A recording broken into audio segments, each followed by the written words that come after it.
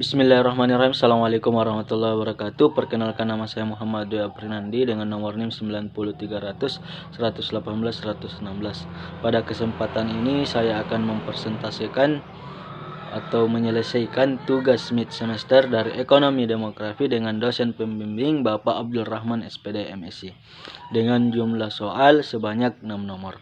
Terima kasih.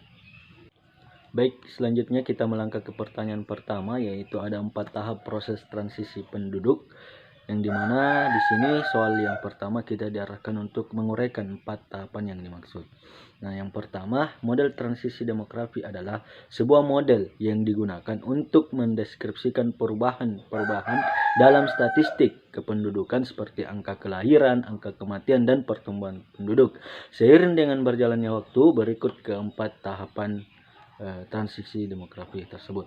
Yang pertama yang perlu kita ketahui bahwasanya ada high stationary, yang dimana saya mengambil referensi dari Irak di tahun 2016, dimana kematian tinggi, kemudian kelahiran tinggi. Nah, pada tahap pertama ini atau yang juga disebut masyarakat pre-industrial, angka kematian dan angka kelahiran keduanya sama-sama tinggi. Pada tahap ini angka kematian yang tinggi dan berfluktuasi banyak disebabkan oleh bencana kelaparan, wabah penyakit, dan peperangan yang seiring terjadi di negara-negara pada masa ini.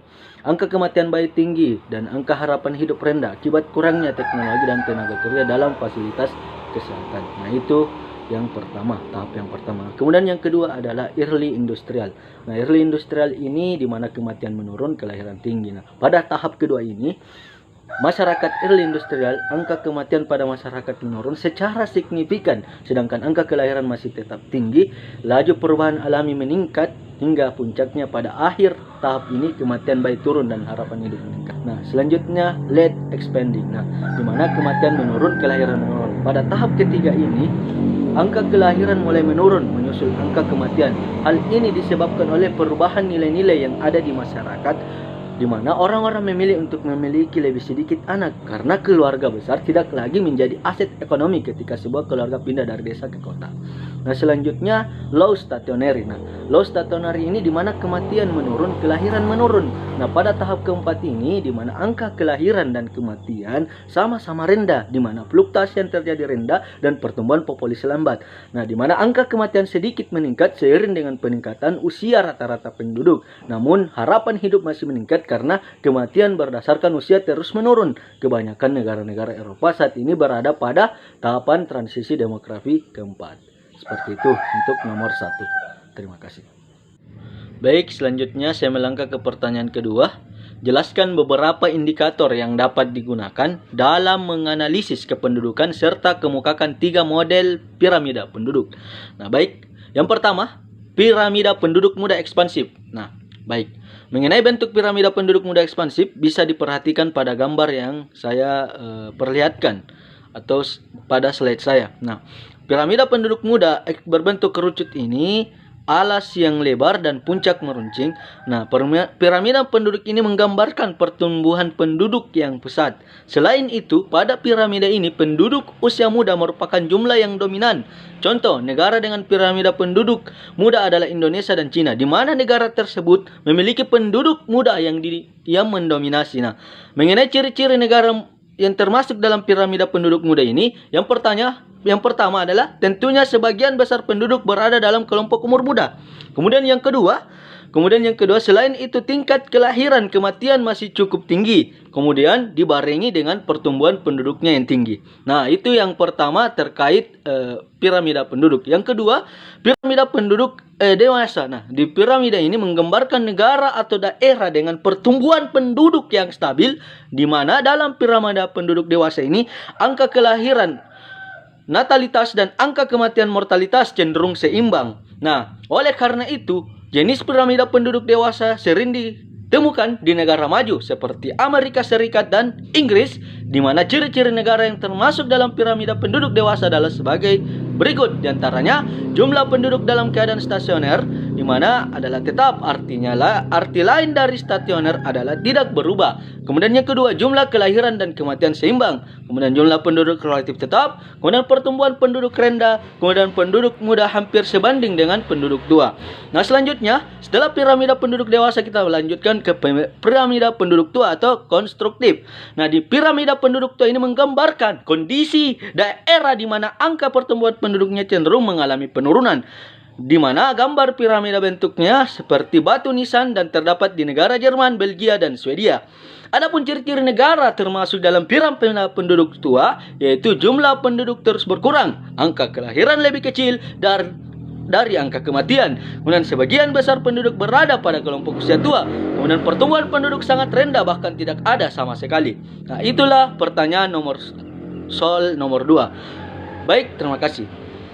Selanjutnya kita melangkah ke nomor 3. Nah, apa perbedaan mendasar ketiga sumber data demografi penduduk? Nah, berbicara mengenai perbedaan mendasar dari ketiga sumber data demografi mungkin bisa diperhatikan pada pengumpulan datanya, di mana terlebih dahulu kita ketahui apa itu sensus, registrasi penduduk, dan survei.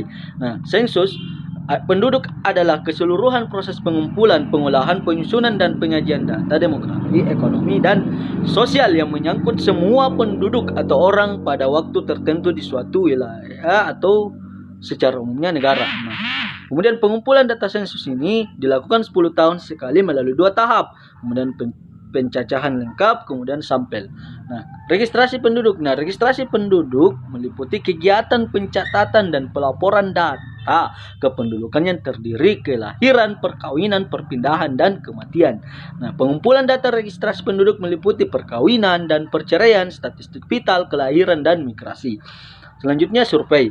Nah, metode survei adalah penelitian yang sumber data dan informasi utamanya diperoleh dari responden sebagai sampel penelitian dengan menggunakan kuesioner dan atau angket sebagai instrumen pengumpulan data.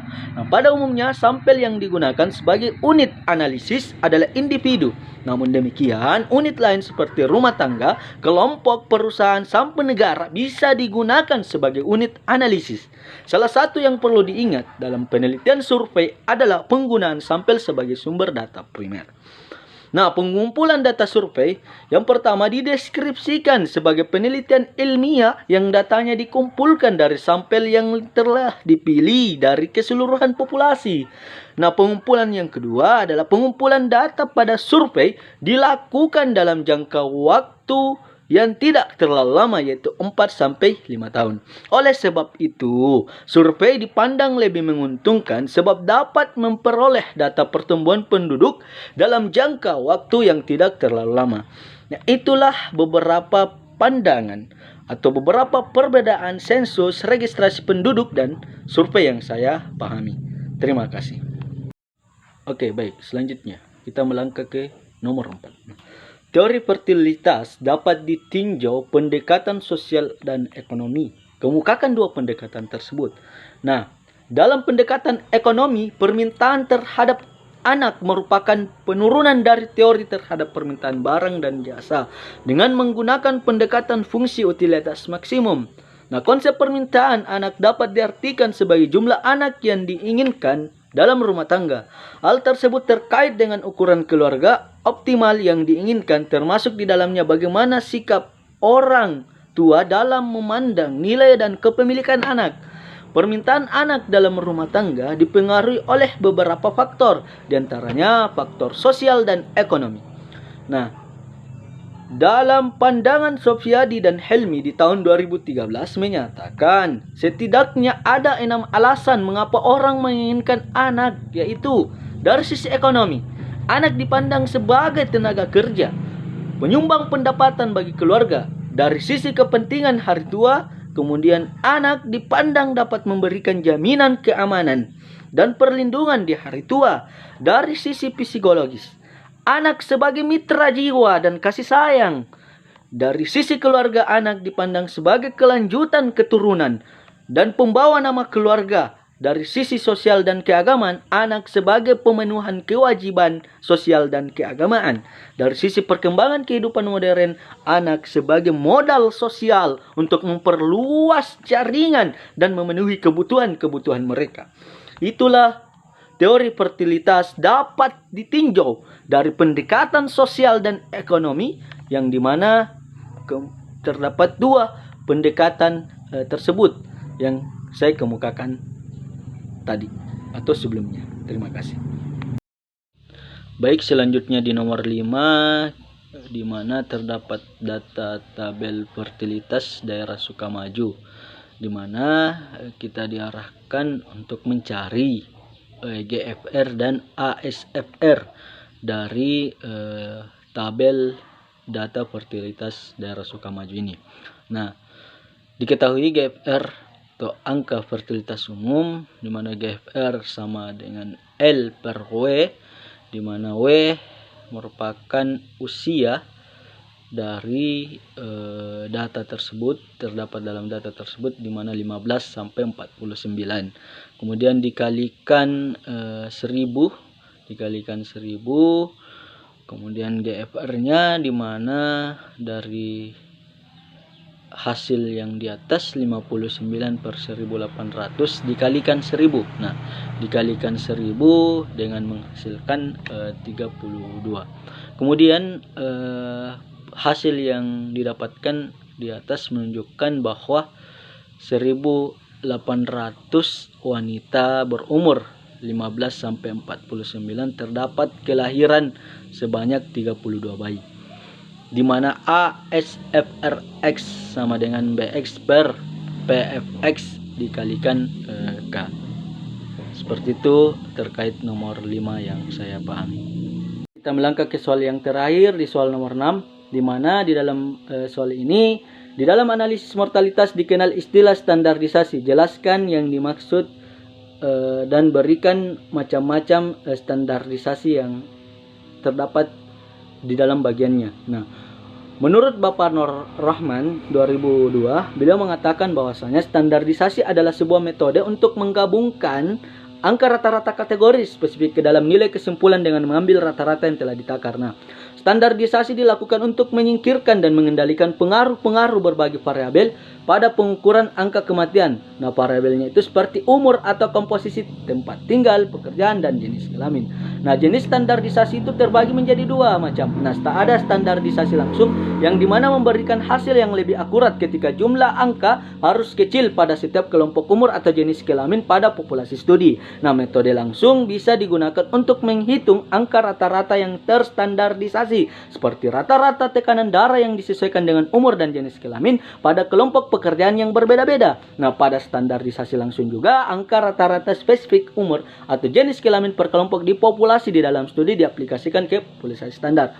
Nah, itu terkait standarisasi langsung. Nah, standarisasi tidak langsung, teman-teman, atau yang melihat video ini, bahwasanya indirect standardization diukur dengan membandingkan jumlah kematian atau kesakitan yang diamati atau observed number of deaths. Nah, dan jumlah kematian atau kesakitan yang diharapkan dikenal juga dengan istilah standardized mortality ratio, atau SMR. Nah, SMR ini digunakan ketika angka umur rata-rata the specific rates untuk populasi yang dipelajari tidak diketahui, tetapi total kasus pada populasi studi diketahui. Nah, sehingga SMR juga digunakan ketika perhitungan rata-rata untuk populasi kecil, di mana kita tidak bisa menghasilkan angka umur rata-rata yang stabil. Baik, terima kasih. Baik, itulah tadi pemaparan materi MIT dari saya, mulai dari soal 1 sampai soal nomor 6. Apabila dari awal sampai akhir penyampaian tugas MIT ini ada kekeliruan atau kesalahan dari saya pribadi, saya memohon maaf sebesar-besarnya. Saya akhiri. Wabillahi taufiq wal hidayah. Wassalamualaikum warahmatullahi wabarakatuh. Terima kasih.